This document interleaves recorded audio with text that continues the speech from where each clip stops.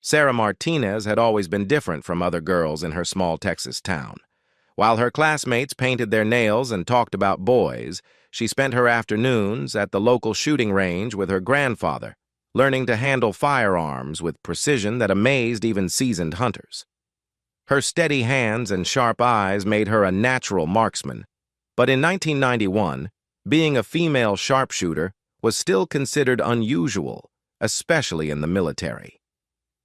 When Sarah walked into the Army recruitment office on her 18th birthday, the sergeant behind the desk barely looked up from his paperwork. She had practiced this moment countless times in front of her bedroom mirror, knowing exactly what she wanted to say. Her grandfather, a Vietnam War veteran, had filled her head with stories of courage and sacrifice, and she felt called to serve her country. "I want to enlist," Sarah said, her voice steady despite the nervous energy coursing through her veins. The recruitment sergeant, a middle-aged man with graying temples and tired eyes, finally looked up. His expression shifted from boredom to mild amusement as he took in the petite brunette standing before him. "What kind of job are you thinking about, miss?" he asked, already reaching for brochures about administrative positions and medical corps opportunities. These were the traditional paths for women in the military, safe desk jobs that kept them away from combat zones. Sarah took a deep breath. "I want to be a sniper." The silence that followed was so complete that Sarah could hear the air conditioning humming in the background. The sergeant's pen stopped moving across his paperwork, and he stared at her as if she had just announced her intention to fly to the moon. After what felt like an eternity, he began to chuckle, a low sound that gradually grew into full-blown laughter. "A sniper?" he repeated, wiping tears from his eyes. "Sweetheart, do you have any idea what that job entails? We're talking about carrying 50-pound packs across rough terrain, lying motionless in mud for hours, and making life-and-death decisions under extreme pressure. This isn't some video game." Sarah's jaw tightened, but she maintained her composure. "I've been shooting since I was 8 years old. I can hit a target at 400 yards with iron sights. I've won 3 state-level marksmanship competitions." The sergeant's laughter subsided, but his condescending smile remained. "Listen, I'm sure you're good at target shooting, but military sniping is completely different. It requires physical strength, mental toughness, and emotional stability that, frankly, most women just don't possess. Why don't we look at some more suitable options? The Army has excellent opportunities in communications, logistics, or medical support." Sarah felt her cheeks burn with frustration, but she refused to be dismissed so easily. "I'm not interested in those positions. I want to serve on the front lines. I want to make a real difference." The sergeant leaned back in his chair, his patience clearly wearing thin. "Look, even if I wanted to help you, which I don't, women aren't allowed in combat positions. It's military policy. You can thank politicians and feminists for that one, but the rules are the rules." What the sergeant said was technically true. Official military policy at the time prohibited women from serving in direct combat roles, including as snipers. However, Sarah had done her research and knew there were exceptions and workarounds, especially for soldiers with exceptional skills. She had read about female soldiers who had served in various capacities during previous conflicts, often in unofficial roles that put them in harm's way. "I understand the official policy," Sarah replied, her voice growing firmer. "But I also know that talented soldiers sometimes find ways to serve where they're needed most, regardless of gender. I'm not asking for special treatment. I'm asking for the chance to prove myself." The sergeant shook his head and returned to his paperwork. "I've heard enough. If you want to join the Army, you'll do it in a position that's appropriate for someone like you. Otherwise, you can try the other branches, but they'll tell you the same thing." Sarah left the recruitment office that day feeling defeated, but not discouraged. Her grandfather had taught her that persistence was often more valuable than talent, and she wasn't about to give up on her dream because one narrow-minded sergeant couldn't see past her gender. Over the following weeks, Sarah visited recruitment offices for all 4 branches of the military. The responses were remarkably similar. Some recruiters were more polite than others, but the message was always the same. Women belonged in support roles, not on the battlefield. One Navy recruiter suggested she consider becoming a photographer, saying she could document the real warriors from a safe distance. Frustrated but not defeated, Sarah decided to take a different approach. Instead of going through normal recruitment channels, she began reaching out to active duty soldiers and veterans through military publications and veteran organizations. Her grandfather's old Army buddies proved particularly helpful, sharing contacts and advice about how to navigate the military bureaucracy. One evening, while Sarah was researching military sniper programs in the library, she came across an article about Fort Bragg's Special Operations Training Center. The piece mentioned a secretive program for developing elite marksmen, with instructors drawn from various Special Forces units. What caught her attention was a brief mention of unconventional recruitment methods and the program's reputation for finding talent in unexpected places. Sarah spent the next 3 days crafting a letter to the program's commanding officer, Major Robert Harrison. She detailed her shooting experience, her physical fitness level, and her unwavering commitment to serving her country. Most importantly, she included copies of her marksmanship competition certificates and a letter of recommendation from her grandfather, who had earned a Silver Star in Vietnam. She mailed the letter on a Friday and spent the weekend anxiously waiting for a response. Her grandfather tried to prepare her for disappointment, gently explaining that military traditions changed slowly and that she might be ahead of her time. But Sarah had inherited his stubborn streak, and she refused to consider failure as an option. The phone call came on Tuesday morning while Sarah was eating breakfast. Her mother answered and called her to the phone with a puzzled expression. The voice on the other end was crisp and professional, belonging to someone who was clearly accustomed to giving orders. "Miss Martinez, this is Sergeant First Class Williams from Fort Bragg. Major Harrison received your letter and would like to speak with you. Can you be here Friday morning at 0800 hours? Sarah's heart skipped a beat. "Yes, absolutely. What should I bring?" "Just yourself and your shooting gear. We'll provide everything else you need." Sarah spent the rest of the week preparing for what might be the most important meeting of her life. She practiced at the range every day, fine-tuning her technique and building her confidence. Her grandfather helped her clean and adjust her rifle, a custom-modified Remington 700 that he had given her for her 16th birthday. The drive to Fort Bragg took 4 hours, and Sarah arrived with 30 minutes to spare. The base was larger and more intimidating than she had expected, with serious-looking soldiers moving purposefully in all directions.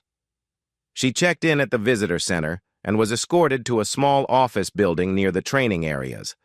Sergeant First Class Williams turned out to be a compact, muscular man with intelligent eyes and a firm handshake.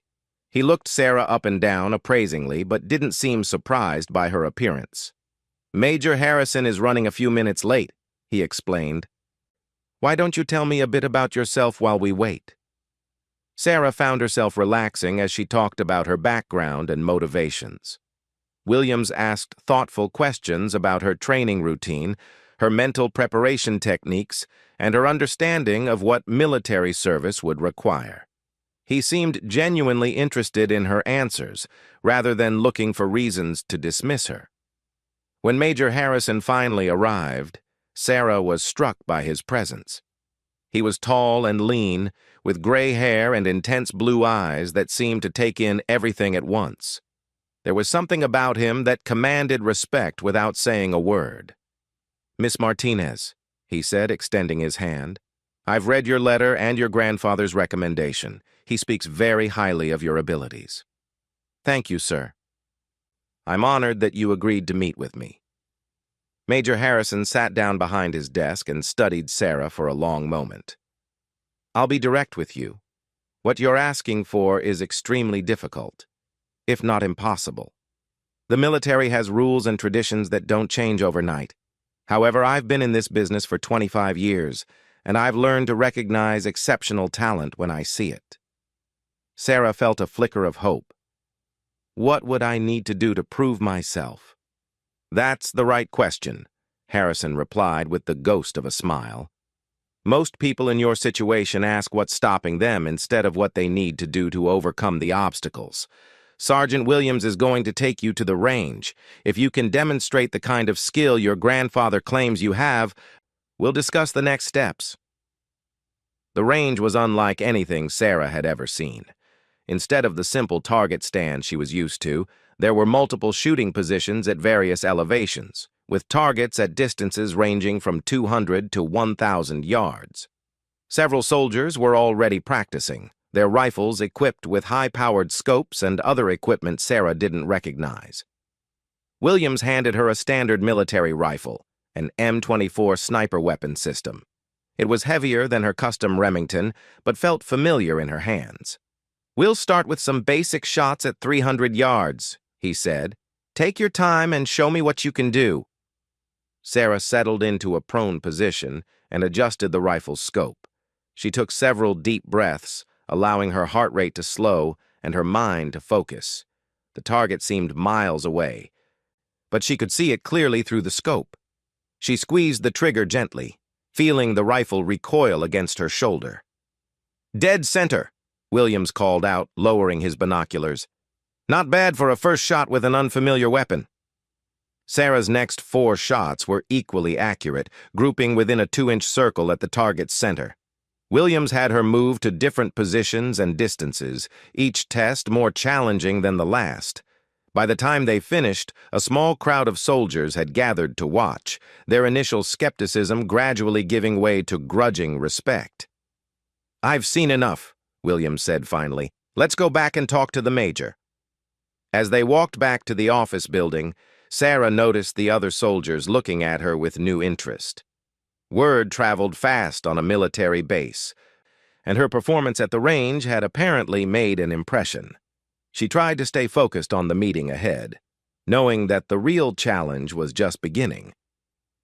Major Harrison was waiting for them with a thick folder on his desk. "Sergeant Williams tells me you performed admirably," he said. "Your scores are comparable to what we expect from soldiers who have completed basic marksmanship training." "Thank you, sir." Harrison opened the folder and pulled out several documents.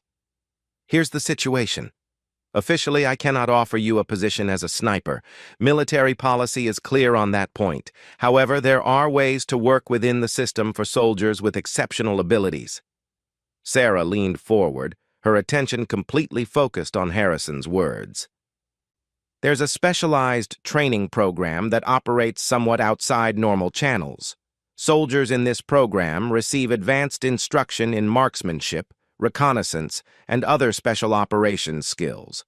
Graduates often find themselves in situations where their unique abilities are put to good use, regardless of their official job classification." Sarah felt her pulse quicken. What would that involve? First, you would need to complete basic training and advanced individual training in a standard military occupational specialty. I would recommend military police, which would give you weapons training and law enforcement experience. After that, if you continue to demonstrate exceptional ability and dedication, you might find yourself selected for additional training opportunities. Harrison paused and studied Sarah's face carefully. "I need to be clear about something. This path will be more difficult than anything you can imagine. You'll face skepticism, hostility, and challenges that would break most people. There will be times when you question whether it's worth the struggle. Are you prepared for that?" Sarah thought about her grandfather's stories, the sacrifices he had made, and the pride he took in his service.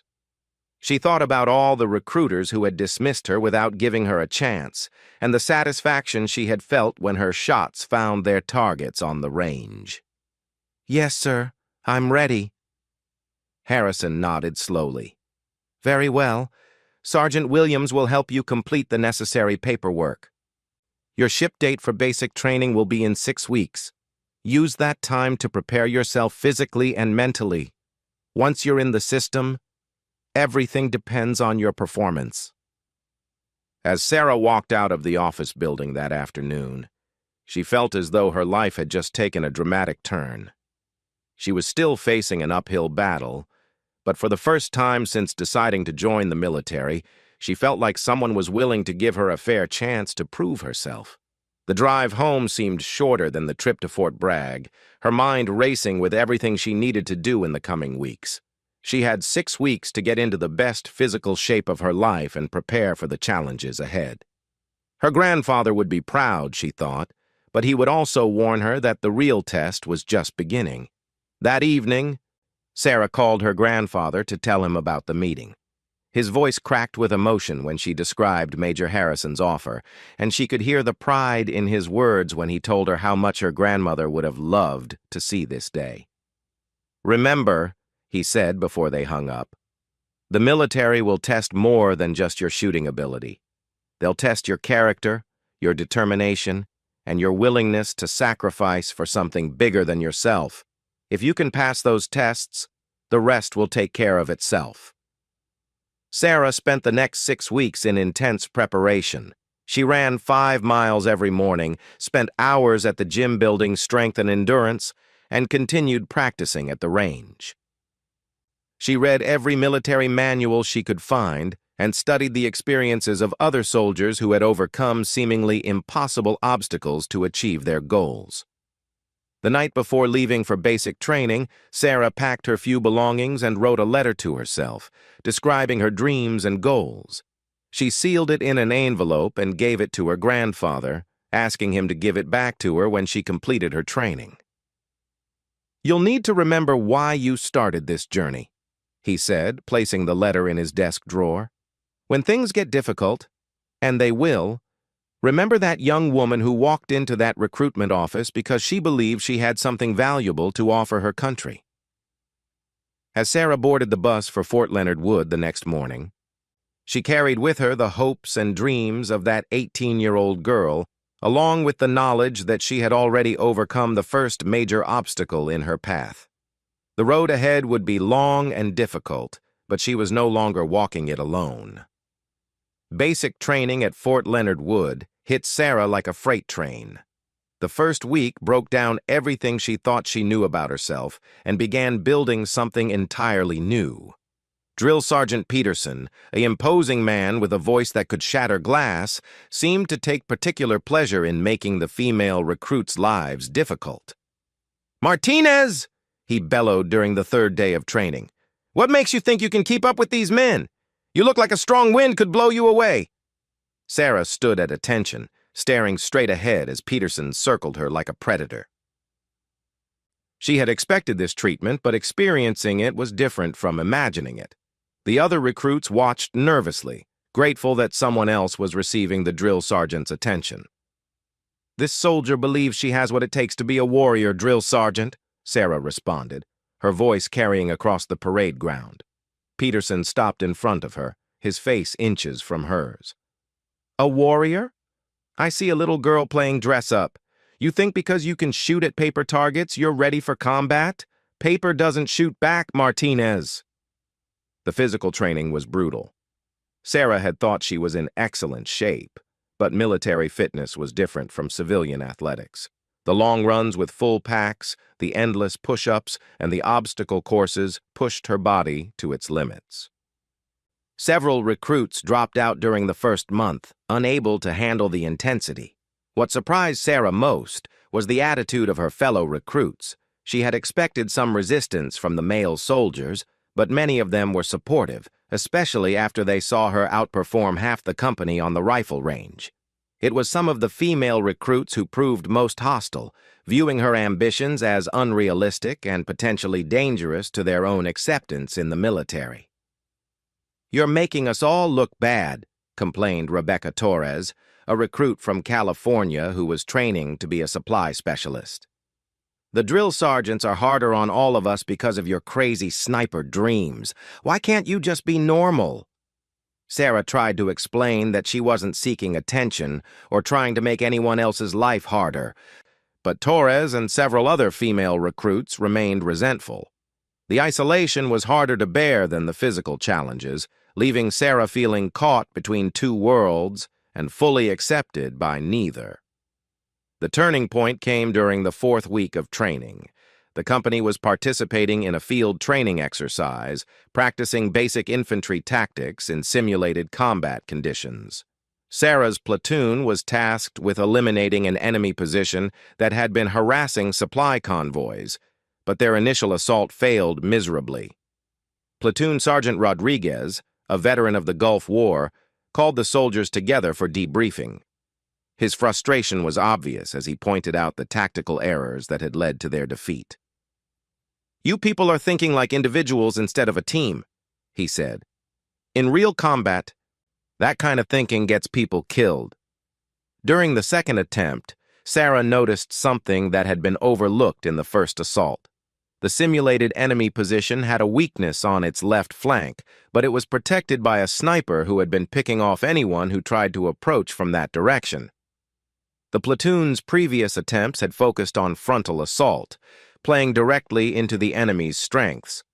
"Sergeant Rodriguez," Sarah said during the planning phase, "I think I can neutralize the sniper position and open up that left flank."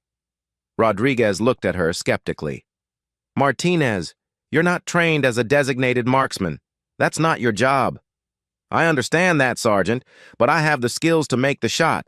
If I can take out their sniper, the rest of the platoon can flank the position while they're trying to figure out what happened." After a moment's consideration, Rodriguez nodded. "All right, Martinez, you get one chance. If you miss, we go back to Plan A." Sarah positioned herself on a hill overlooking the enemy compound, roughly 600 yards from the target. The simulated enemy sniper was represented by a balloon that had to be popped with a single shot to count as a kill. She settled into position with her M16, knowing that the standard rifle wasn't designed for such long-range precision work. The shot was more difficult than anything she had attempted in training. Wind was gusting across the range, and she had to account for the different ballistic characteristics of the military rifle compared to her custom weapon back home. She controlled her breathing, steadied her aim, and squeezed the trigger. The balloon popped instantly, and Sarah watched through her sights as the rest of the platoon successfully completed their flanking maneuver. The entire exercise was over in minutes, compared to the prolonged failures of their previous attempts. Rodriguez approached her afterward with a mixture of surprise and respect. "Where did you learn to shoot like that, Martinez?" "My grandfather taught me, Sergeant. He said accuracy was more important than speed." "Your grandfather was smart, man. I'm going to note your performance in my report. That was outstanding marksmanship under pressure." Word of Sarah's achievement spread quickly through the training company. Drill Sergeant Peterson, who had been her harshest critic, began paying her a different kind of attention. Instead of singling her out for ridicule, he started pushing her harder in other areas, as if testing whether her shooting skills were matched by competence in other military disciplines. The change in attitude wasn't universal. Some instructors remained skeptical of female soldiers in general, viewing Sarah's success as a lucky shot rather than genuine ability. But enough people took notice that her name began appearing in unofficial discussions about recruits with special potential. During the final weeks of basic training, Sarah received an unexpected visitor. Major Harrison arrived at Fort Leonard Wood unannounced, requesting a private meeting with her commanding officer. Sarah learned about his visit only when she was called to the company headquarters that afternoon. Captain Williams, the company commander, was a career officer with 20 years of experience. He looked uncomfortable as he briefed Sarah on the meeting. "Miss Martinez, it seems you've attracted some high-level attention. Major Harrison has been following your progress and would like to discuss your future plans." Sarah felt nervous excitement as she was escorted to the meeting room. Major Harrison looked exactly as she remembered him, composed and intensely focused. He gestured for her to sit down across from him. "Your drill sergeants tell me you've been performing well," he began. "Excellent physical fitness scores, outstanding marksmanship, and good leadership potential. How are you feeling about the experience so far?" "It's challenging, sir." but I'm learning a lot. The training has shown me areas where I need to improve, but it's also confirmed that I made the right choice. Harrison nodded approvingly. I've been reviewing your options for advanced individual training. Your original plan was to train as military police, which would give you good experience with weapons and tactics. However, another opportunity has presented itself. Sarah leaned forward, her attention completely focused. There's a specialized program starting next month for soldiers with exceptional marksmanship abilities.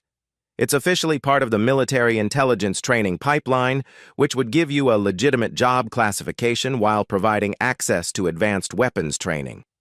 The program is small and selective. Are you interested? Sarah's heart raced. This was more than she had dared to hope for when she first enlisted. Yes, sir. Absolutely. The training will be at Fort Huachuca in Arizona. It's more intensive than standard military police training, and the failure rate is high. You'll be working with instructors from special operations units, and they won't give you any special consideration because of your gender. In fact, they'll probably be harder on you than anyone else. I understand, sir. I'm ready for the challenge. Harrison studied her carefully. There's something else you should know. This program operates under different rules than standard military training. Students who excel may find themselves assigned to units and missions that don't officially exist.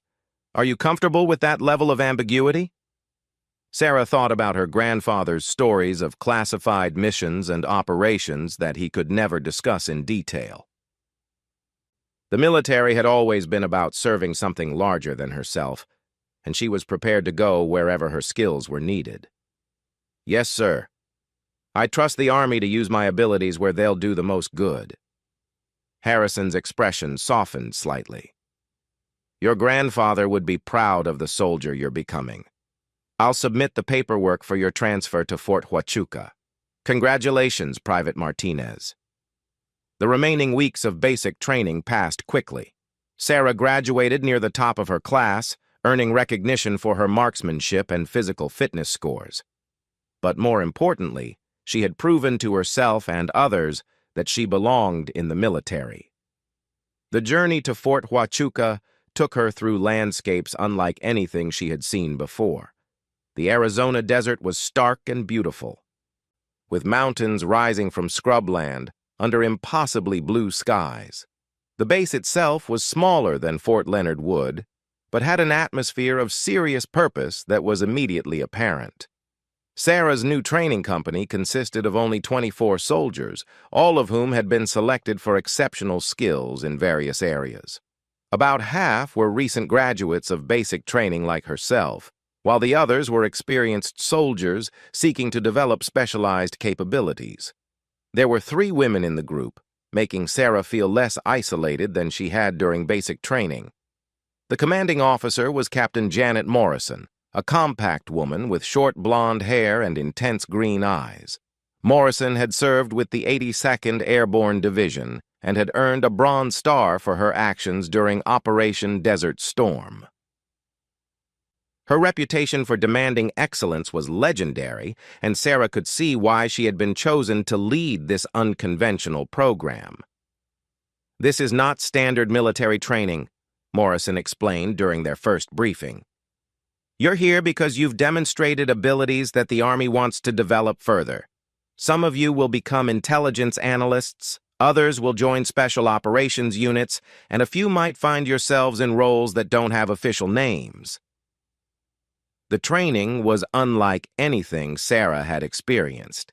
Instead of large group exercises, much of the work was individualized, with instructors tailoring programs to each soldier's strengths and weaknesses. Sarah spent hours each day on the range, working with weapon systems she had never seen before and learning techniques that went far beyond basic marksmanship. Her primary instructor was Sergeant First Class David Chen, a soft-spoken man who had served with Army Special Forces in Central America. Chen approached training as both an art and a science, teaching Sarah not just how to shoot accurately, but how to read environmental conditions, calculate complex ballistics problems, and maintain focus under extreme stress. Shooting at targets is easy, Chen explained during one of their sessions. Anyone with decent eyesight and steady hands can learn to hit a bullseye. What separates a real marksman from a hobbyist is the ability to perform when lives are at stake, when you're exhausted and scared, and everything depends on one perfect shot. To develop that kind of mental toughness, Chen put Sarah through scenarios that pushed her to her limits. She learned to shoot accurately after running for miles, while her heart was pounding and her hands were shaking from fatigue. She practiced shooting in darkness, in rain, and in conditions that seemed impossible for precision work. The psychological training was equally demanding. Military psychologists worked with the students to develop the mental resilience needed for high-stress operations. Sarah learned meditation techniques, stress management strategies, and methods for maintaining emotional balance in chaotic situations. One exercise that particularly challenged her involved simulated hostage scenarios where she had to make split-second decisions about when to shoot and when to hold fire. The scenarios were designed to test not just her accuracy, but her judgment and ability to handle the weight of life-and-death decisions. During the 6th month of training, Sarah participated in an exercise that would change the trajectory of her military career. Intelligence agencies had detected a terrorist training camp in a mountainous region that was being used to prepare operatives for attacks on American targets. A joint task force had been assembled to gather intelligence on the camp, but conventional surveillance methods had failed due to the difficult terrain and sophisticated security measures. Captain Morrison briefed Sarah and 2 other advanced students on a reconnaissance mission that would require them to establish observation posts in the mountains overlooking the terrorist camp. Their job would be to gather detailed intelligence on the camp's layout, security procedures, and personnel while remaining completely undetected. "This is not a training exercise," Morrison emphasized. "This is a real-world mission with genuine national security implications. The intelligence you gather will be used to plan future operations that could save American lives." Sarah felt a mixture of excitement and nervousness as she prepared for her first operational mission. All of her training had been leading to this moment, and she was determined to prove that she deserved the trust being placed in her. The insertion into the target area was accomplished by helicopter during a moonless night. Sarah and her 2 teammates, both experienced special operations soldiers, hiked through rugged mountain terrain for 6 hours before reaching their designated observation post. They established a camouflage position on a ridge overlooking the terrorist camp, roughly 200 yards from their targets. For 3 days, Sarah maintained constant surveillance of the camp through high-powered scopes, documenting the movements of personnel, identifying key leaders, and mapping the facility's defenses. The work required intense concentration and physical endurance, as she had to remain motionless for hours at a time while fighting off fatigue and the effects of altitude. On the 2nd day, Sarah spotted something that changed the mission's priority. Through her scope, she observed a meeting between the camp's leaders and several individuals who didn't fit the profile of typical recruits. Intelligence analysis later confirmed that these were operatives from a hostile foreign government who were providing advanced training and weapons to the terrorist group. The discovery elevated the mission's importance and led to Sarah being tasked with an additional responsibility. Intelligence officials wanted detailed photographs of the foreign operatives for identification purposes, but the distances involved made conventional photography impossible. Sarah would need to use her marksmanship skills to position a specialized camera system for close-up surveillance. The plan required her to approach within 400 yards of the camp, close enough for the camera system to capture high-quality images, but also close enough to be discovered if she made any mistakes. Sarah spent hours studying the terrain and security patterns before identifying a route that would allow her to reach an optimal firing position without detection. The approach took her most of the night, moving slowly through rocky terrain while carrying 60 pounds of equipment. She reached the target position just before dawn and settled into a concealed firing position behind a large boulder. From this location, she could see the camp's main buildings clearly and had several escape routes if her position was compromised. Over the next 8 hours, Sarah successfully photographed all of the foreign operatives and documented several meetings that provided valuable intelligence about their plans and capabilities. The mission was considered a complete success, and the intelligence she gathered led to the disruption of several planned terrorist attacks. When Sarah returned to Fort Huachuca, she found that her performance had attracted attention from the highest levels of the military establishment. Captain Morrison called her into the office for a private meeting that would determine the next phase of her career. "The intelligence community has taken notice of your work," Morrison began. "Your technical skills are excellent, but more importantly, you've demonstrated the kind of judgment and reliability that special operations depend on.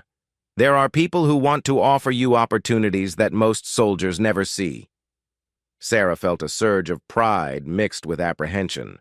She had worked toward this moment for over a year, but now that it was happening, the reality felt overwhelming. Morrison continued, "There's a unit that operates under different authorities than standard military organizations. They handle situations that require exceptional skill and complete discretion. The training is more intensive than anything you've experienced, and the missions are more challenging than conventional military operations. Are you interested?" Sarah thought about her grandfather's advice about seizing opportunities when they presented themselves. Everything she had accomplished so far had been preparation for this moment. "Yes, ma'am. I'm very interested."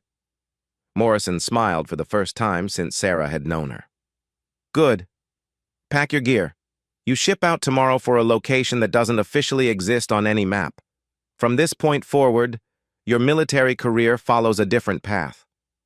As Sarah prepared for her departure from Fort Huachuca, she reflected on how far she had come from that day in the recruitment office when she had been dismissed as unrealistic.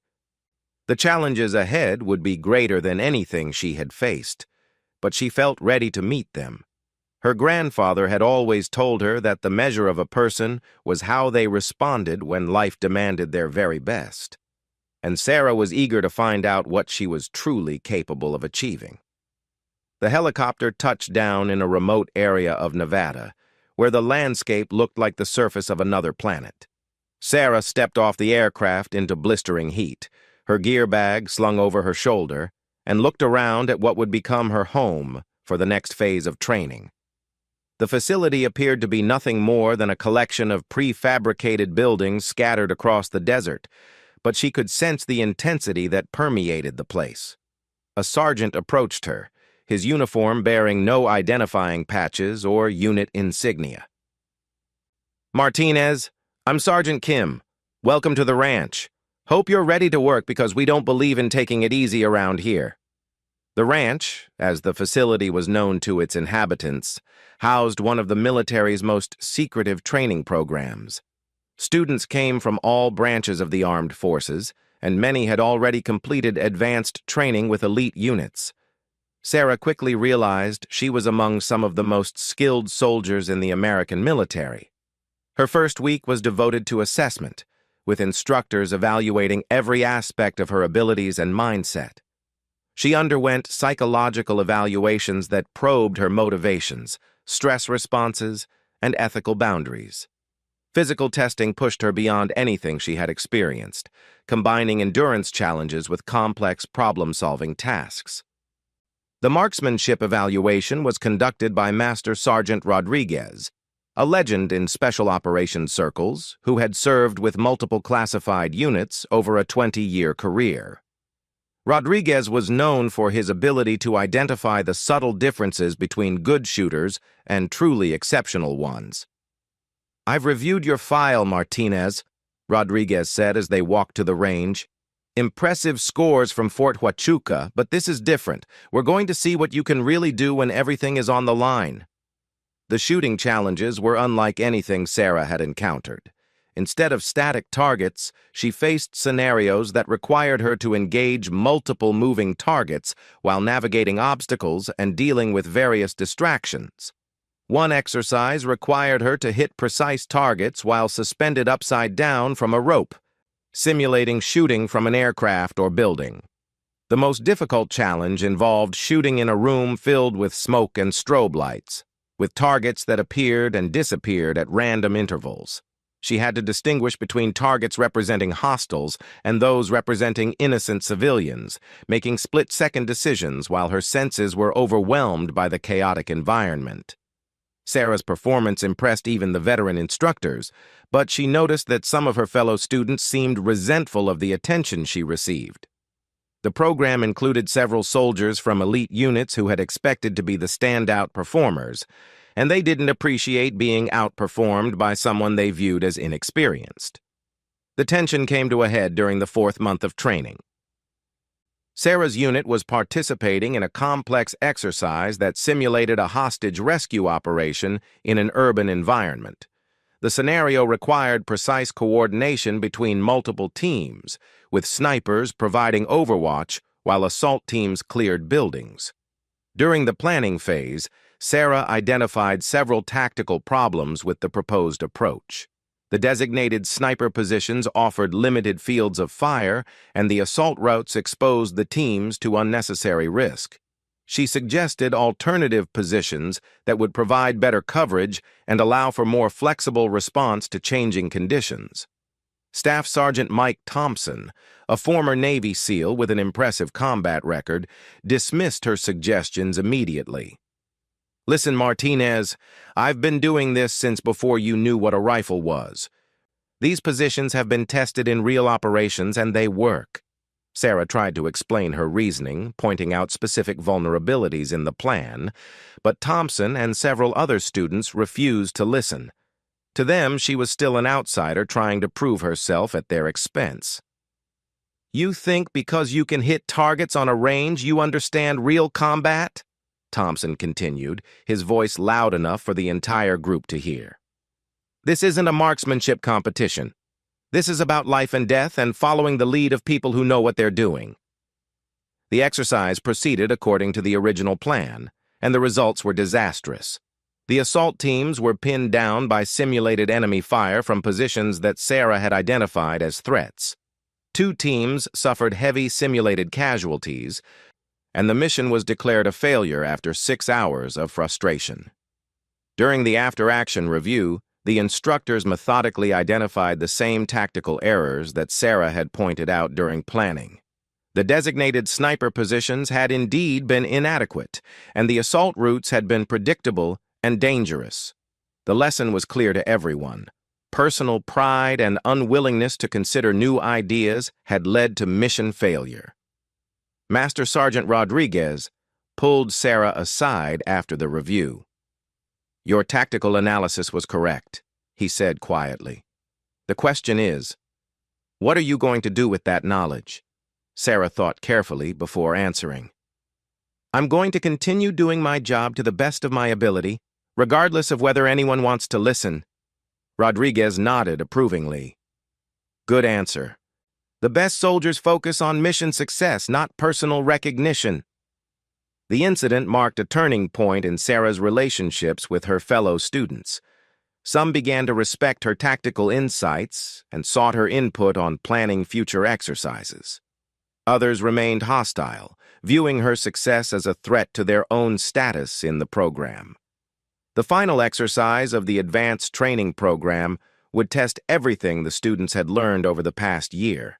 Intelligence agencies had identified a group of foreign operatives who were planning to infiltrate a sensitive military installation.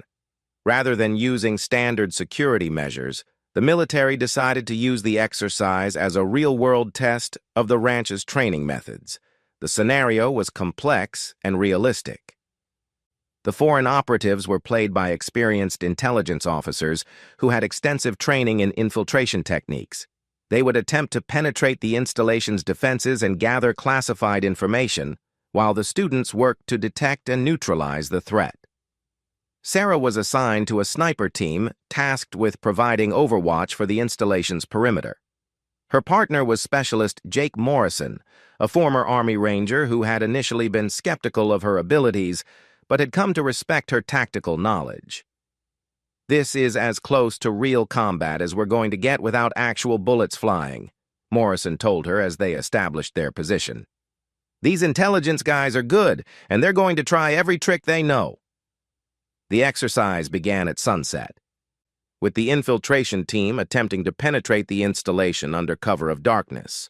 Sarah and Morrison established multiple observation posts, using night vision equipment and thermal imaging to monitor the approaches to the facility. For the first several hours, everything appeared normal.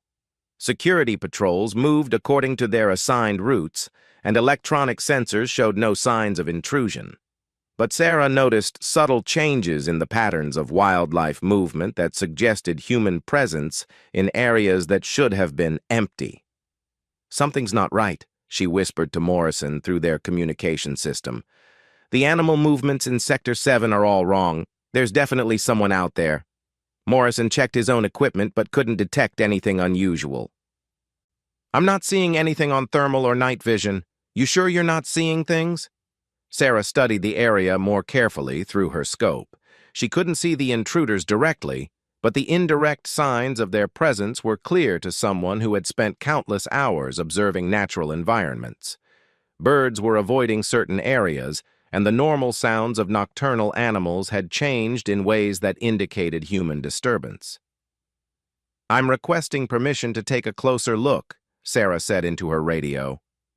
The response came from Captain Brooks, the exercise controller. "Negative, Overwatch 2. Maintain your assigned position and continue surveillance." Sarah felt frustrated by the order, knowing that the infiltrators were using the time to get closer to their objective. But she followed orders and continued monitoring from her position, hoping that other teams would detect the threat before it was too late. An hour later, alarms began sounding throughout the installation.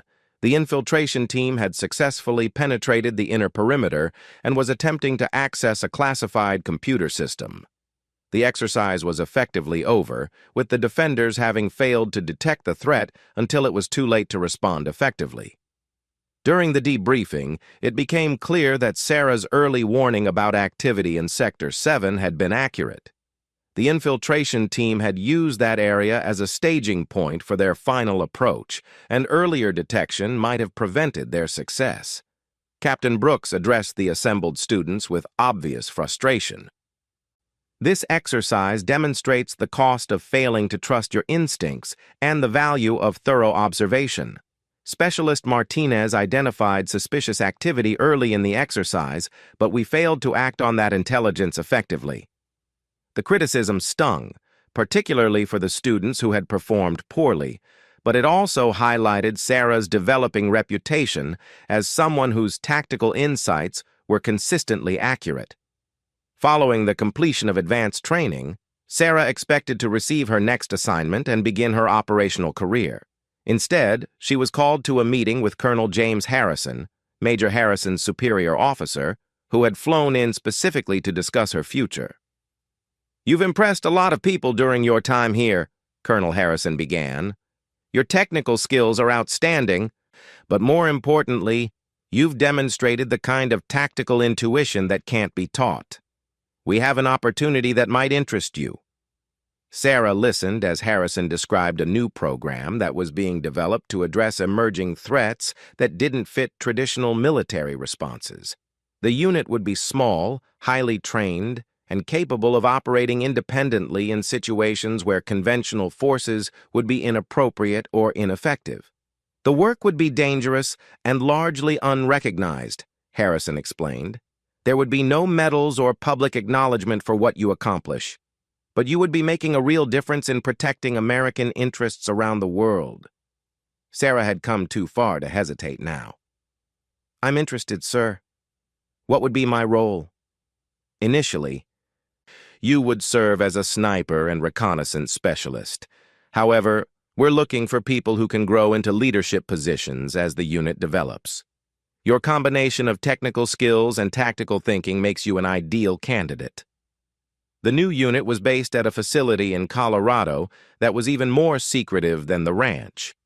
Sarah's team consisted of 8 specialists drawn from various backgrounds, including special operations, intelligence, and technical fields. Their first mission would serve as both a training exercise and a real operational test. An international arms dealer had established a heavily fortified compound in a remote area of Eastern Europe where he was developing weapons systems that could potentially be used against American forces. Intelligence agencies needed detailed information about his activities, but the compound's location and security made conventional surveillance impossible. Sarah's team was tasked with infiltrating the area and gathering the necessary intelligence without detection. The mission would require them to operate independently for several weeks in hostile territory, with no possibility of support or extraction if things went wrong. The insertion was accomplished using a high-altitude parachute drop during a moonless night. Sarah and her teammates landed in a mountainous region 30 miles from the target compound and began a difficult overland movement through terrain that challenged even their advanced training. They established an observation post in caves overlooking the compound, carefully concealing their presence while maintaining constant surveillance.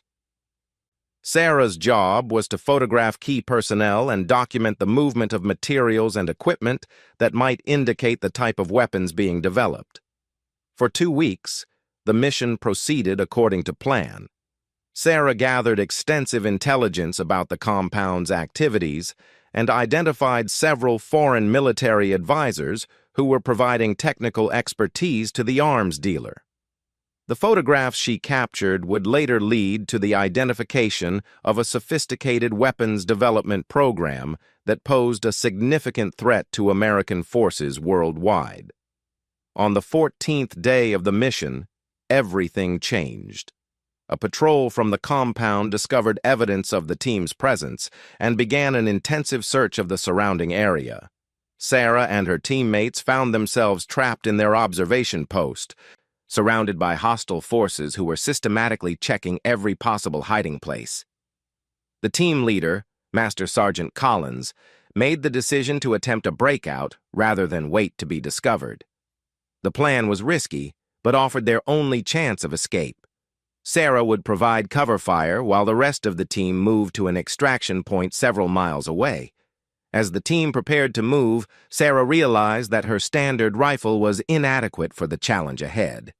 The distances involved and the need for absolute precision required capabilities that went beyond conventional weapons. She needed something special. "Collins," she said, "I need to request a different rifle for this operation." The other team members looked at her with surprise and skepticism. They were in a desperate situation with enemy forces closing in, and she was making equipment requests. "Martinez, this isn't the time for special orders," said Sergeant Williams, shaking his head. "We use what we brought. With respect, the rifle I have won't reliably hit targets at the distances we're facing. If I'm going to provide effective cover, I need something with more capability." The other soldiers began to mock her request, their stress and fear expressing itself as derisive laughter. They couldn't understand why she thought her weapon wasn't sufficient for someone who had been claiming to be such an exceptional shooter. "Oh, now she needs a special rifle to do her job," Williams said sarcastically. "What's next? A personal assistant to carry her gear?" "Maybe she thinks she's too good for military equipment," added another team member. "Needs something custom-made for the princess." Sarah felt her face burn with embarrassment and anger, but she maintained her composure. These men's lives might depend on her ability to provide accurate cover fire, and she couldn't let pride interfere with mission success. Master Sergeant Collins had been listening to the exchange with a thoughtful expression. As the senior member of the team, he had access to special equipment that wasn't available to standard military units. He had been observing Sarah's performance throughout their training and deployment, and he had come to trust her judgment completely. Collins walked to his equipment pack and retrieved a rifle case that Sarah had never seen before. The case was longer and heavier than standard military weapons, and it bore no identifying markings. "Give her the black Talon," Collins said quietly. The other team members fell silent immediately. The Black Talon was legendary among Special Operations Forces, a custom-built rifle system that was used only by the most elite snipers in the military. It was capable of accuracy that bordered on the impossible, but it required extraordinary skill to use effectively. Collins opened the case to reveal a rifle unlike anything Sarah had ever seen. The Black Talon was a work of art as much as a weapon, with a barrel that seemed to absorb light and optics that looked like they belonged on a spacecraft. Every component had been precision manufactured to tolerances that exceeded civilian understanding. "This rifle has been used by fewer than a dozen people in its entire history," Collins explained as he handed it to Sarah. "It's capable of hitting a target at ranges that most people consider impossible, but only in the right hands. Don't make me regret this decision." Sarah accepted the rifle with appropriate reverence, understanding that she was being trusted with one of the military's most closely guarded secrets. The weapon felt different from anything she had ever held, perfectly balanced and crafted with an attention to detail that spoke of extraordinary capabilities. As she familiarized herself with the Black Talon's controls and characteristics, Sarah felt a calm confidence settle over her. This was the moment that all of her training had been preparing her for, and she was ready to prove that the trust being placed in her was justified. The breakout operation began at dawn, with Sarah positioned on a ridge overlooking the compound, while her teammates moved toward the extraction point. Through the Black Talon's advanced optics, she could see enemy soldiers positioning themselves to intercept the escaping Americans. The first shot was at a distance of nearly 200 yards, far beyond the range of conventional military rifles. Sarah studied the environmental conditions carefully, calculating wind speed, humidity, and elevation differences that would affect the bullet's trajectory. When she squeezed the trigger, the rifle fired with a sound like controlled thunder. The target dropped instantly, never knowing what had hit him. Sarah quickly shifted to the next threat, then the next, systematically eliminating enemy positions that could threaten her teammates' escape route. The Black Talon performed flawlessly, each shot finding its target with precision that seemed almost supernatural. By the time Sarah's teammates reached the extraction point, she had eliminated 8 enemy soldiers and disrupted the entire search operation. The arms dealer's security forces retreated in confusion, unable to understand how their positions were being compromised by an unseen enemy.